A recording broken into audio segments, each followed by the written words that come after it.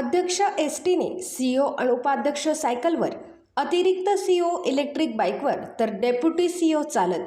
झेडपीतील no vehicle first day. देशाचे पंतप्रधान नरेंद्र मोदी यांनी इंधन बचतीसाठी केलेल्या आवाहनाला सोलापूर जिल्हा परिषदमध्ये प्रतिसाद देण्यात आला.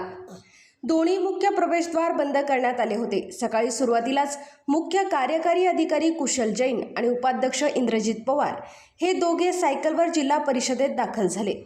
या दोघांचे फोटो काढण्यासाठी कर्मचाऱ्यांसह मीडियाची झुंबड उडाली. त्यानंतर अतिरिक्त मुख्य कार्यकारी अधिकारी संदीप कोहिनकर हे इलेक्ट्रिक बाईकवर झेडपीत दाखल झाले.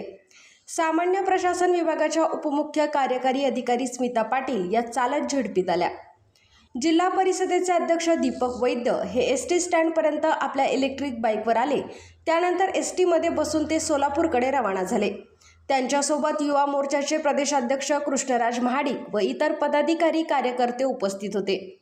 जिल्हा परिषद सदस्य नेताजी खडागळे हे सुद्धा आपल्या इलेक्ट्रिक बाईकवर झेडपीत आले.